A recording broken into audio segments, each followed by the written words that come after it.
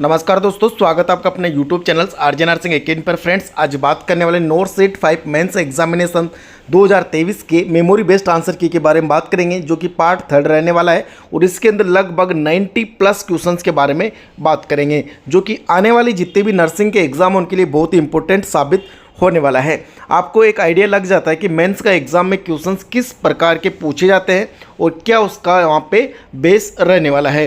तो इस प्रकार से 7/10/2023 को इसका एग्ज़ाम कंडक्ट करवाया गया था, जिसका आंसर की पार्ट 3 रहने वाला है। बात करते हैं क्वेश्चन नंबर 51 से। During a client's first postpartum day the nurses assess that fundus was laterally located to the umbilicus. Umbilicus के लेटरली फंडस वहाँ पे लोकेटेड हो जाता है, तो उसका रीज़न क्या रहने वाला है।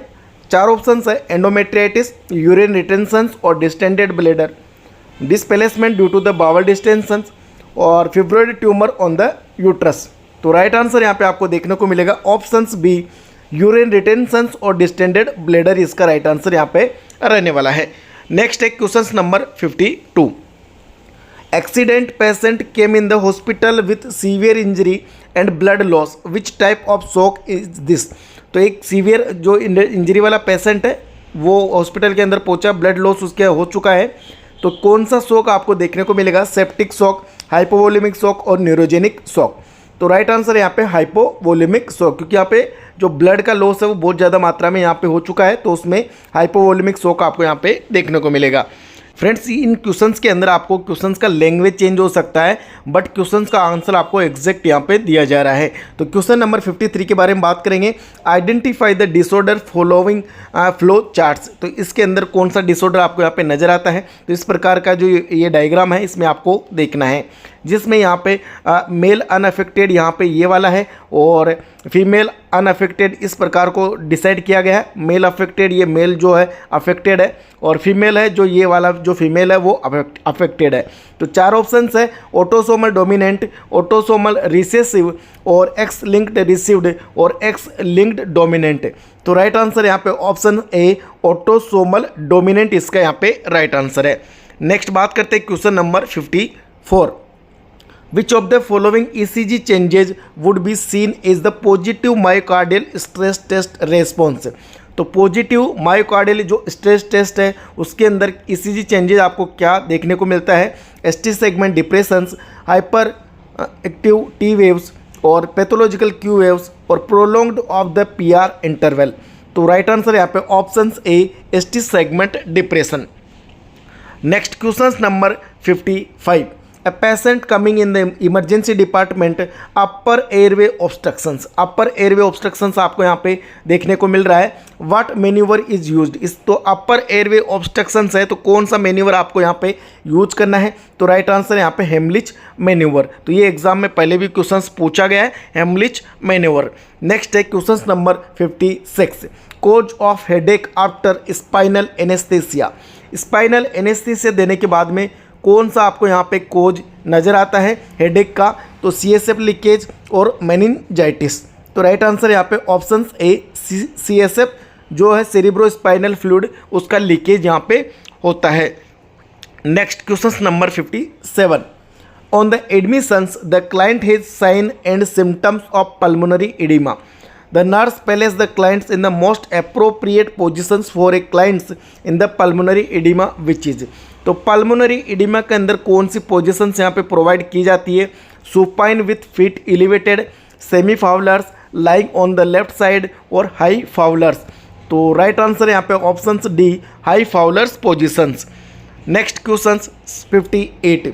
सेक टेस्ट फॉर द वैक्सीन जो कि किया जाता है, वैक्सीन के लिए कौन सा टेस्ट किया जाता है, सेक टेस्ट, जिसके अंदर आप यहाँ पे देख सकते हो shake test should be performed before using each vial of pentavalent vaccine. तो फ्रीजर कंपार्टमेंट में जो वैक्सीन रखी जाती है उनका यहाँ पे सेक टेस्ट किया जाता है। It detect if the vaccine while is frozen. इसमें क्या डिटेक्ट किया जाता है कि जो वैक्सीन वाइल है वो जम गई है या फिर सही है। ओके, तो frozen while should be not be used. जो फ्रिज में वाइल जो जम चुकी है, जिसमें बर्फ जम चुका है, आइस जम चुका है, उसको यहाँ पे यूज नहीं करना है।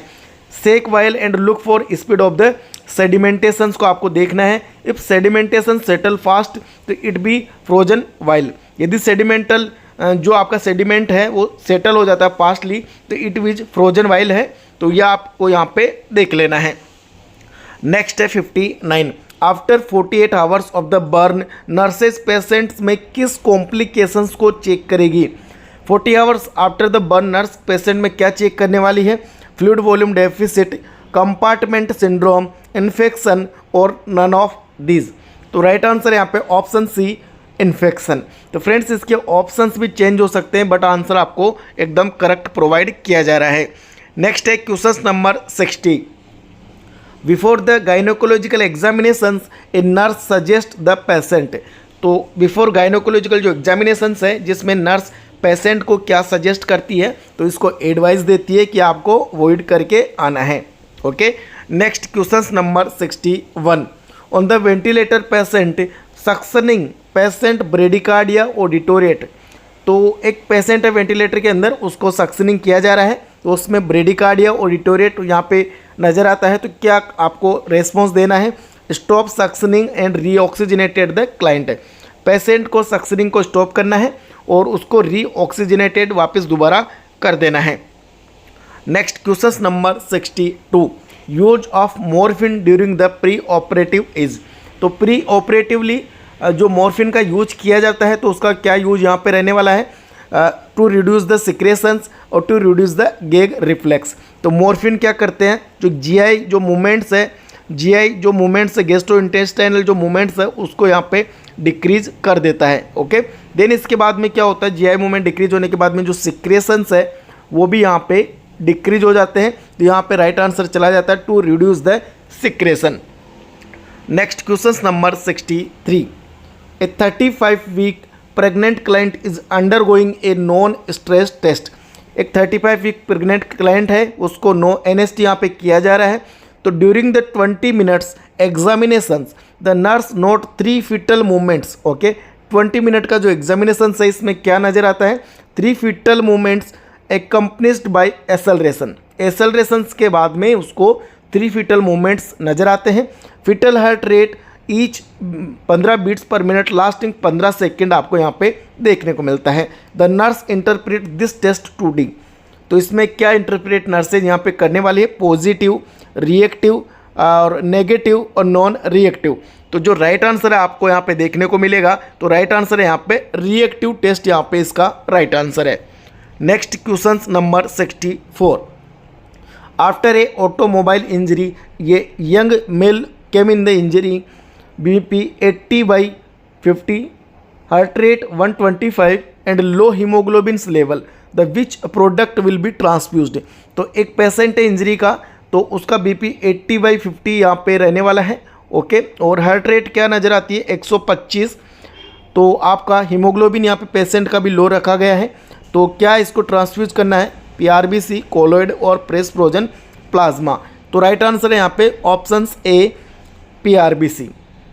नेक्स्ट क्वेश्चन नंबर 65, जिसमें दिया गया है कि the nurses has a prescriptions to the give clients salmeterol, 2 puff and beclomethasone dipropionate, 2 puff by the meter dose inhaler।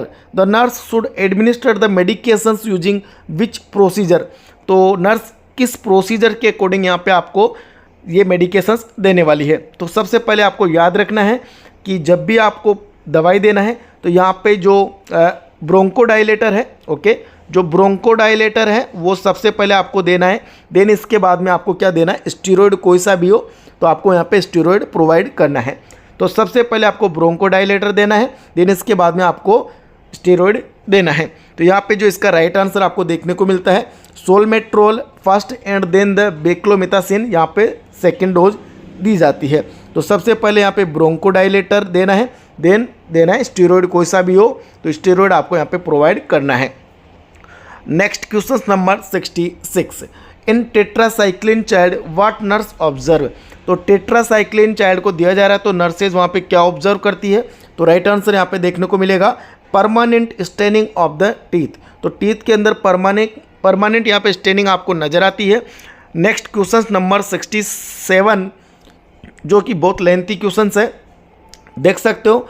a 26-year-old child in the treatment centers for the alprazolam abuse, okay, continues to manifest moderate level of anxiety 3 weeks into the rehabilitation program, often requesting medications for his nerves include in the client's plan of care, identify alternate methods of coping with stress and anxiety other than medications. After interviewing with assistant in the stress reduce techniques, आपको क्या करना है, identify feeling and past coping, the nurse evaluate the outcome is being met if. तो क्या outcome nurses यहाँ पे देखने वाले हैं? तो 4 ऑप्शन है, चारों में से राइट आंसर्स के बारे में बात करते हैं डायरेक्ट। तो यहाँ पे सी इसका राइट आंसर है।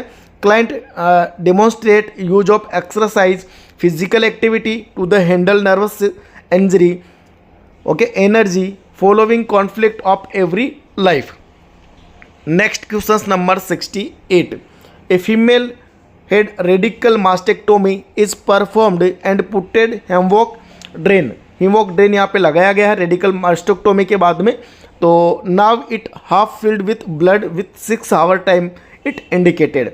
तो रेडिकल जो मास्टेक्टोमी है इसमें एक तो ब्रेस्ट का आपको यहाँ पे रिमूव किया जाता है, देन इसमें जो लिम्फ नोड है वो भी यहाँ पे रिमूव कर दिया जाता है, और आपका जो यहाँ पे मसल्स है वो भी रिमूव कर दी जाती है। तो इसके अंदर जो क्या है, normal expecting finding haemorrhage inform the physician. तो राइट आंसर यहाँ पे नॉर्मल एक्सपेक्टिंग जो फाइंडिंग है वो आपको यहाँ पे देख लेना है। Next question number 69, delirium cause in the elderly patient. तो एल्डरली जो पेशेंट है उसमें डिलीरियम के कारण क्या होता है, हाइपोक्सिया और एल्जाइमर। तो राइट आंसर है यहाँ पे hypoxia. Next question number 70, a patient with high sugar, fruity odour और shortness of the breath which electrolyte imbalance occur. तो एक पेशेंट है, हाई शुगर उसमें दिया गया है, फ्रोदी ऑर्डर उसमें नज़र आता है, और यहाँ पे शॉर्टनेस ऑफ ब्रीथ आपको दिया गया है। तो क्या ऑप्शन इसके राइट आंसर है, मेटाबॉलिक एसिडोसिस, हाइपरकेलेमिया, हाइपोकेलेमिया और हाइपोनेट्रीमिया। राइट आंसर है यहाँ पे option B, hyperkalaemia, okay. Next question number 71, electrolyte imbalance in the alcohol withdrawal symptoms. जो भी क्रोनिक एल्कोहलिक पेशेंट है उसके अंदर इलेक्ट्रोलाइट कौन सा इम्बेलेंस आपको देखने को मिलता है during alcohol withdrawal, hypokalemia, hypomagnesemia and hyponatremia are observed. तो तीनों यहाँ पे आपको नज़र आता है, जो भी ऑप्शंस में आपके वहाँ पे दिया गया है वो राइट आंसर आप यहाँ पे देख सकते हो। Next question number 72, what do first in the donning. तो पीपीई किट जब डोनिंग आपको किया जाता है तो इसमें कौन सा फर्स्ट स्टेप रहने वाला है, hand wash, gown, gloves and shoe cover. तो राइट आंसर है यहाँ पे हैंड वॉश, ओके। तो इसके जो स्टेप्स है वो भी आपको देख लेना है। सबसे पहले आपको हैंड वॉश करना है, सेकंड आपको गाउन पहनना है, ओके, थर्ड आपको मास्क या जो रेस्पिरेटर है इसको लेना है, देन फोर्थ नंबर पे आई प्रोटेक्टर लेना है, फिफ्थ नंबर पे यहाँ पे आपको ग्लव्स पहनना है, 6 नंबर पे आपको वेरीफाई फिटिंग करना है, और 7 नंबर पे आपको परफॉर्म सेल्फ चेक खुद चेक कर लेना है, और 8 नंबर पे आपको प्रोसीजर्स को फॉलो कर लेना है। इस प्रकार से इसकी डोनिंग की स्टेप्स यहाँ पे दी गई है, तो वो बहुत इंपॉर्टेंट रखी गई है। Next question number 73, in addition to relieving the cord pressure या cord prolapse, what interventions done by nurses. तो कोड प्रोलैप्स या यहाँ पे हो चुका है तो आपको कौन सा प्रोसीजर्स यहाँ पे फॉलो करना है, इंटरवेंशंस फॉलो करना है। 4 ऑप्शन से, cover the cord with wet sponge के द्वारा कवर करना है, continue observations with put IV salines आपको पुश करना है, और put warm normal salines to keep moist in every 15 minute आपको रखना है, और clamp the cord and cover with sterile gauze piece. तो राइट आंसर यहाँ पे दिया गया ऑप्शन ए, कवर रखना है उसको और कोड को, और उसमें क्या करना, वेट जो स्पंज है वो आपको वहाँ पे रख लेना है।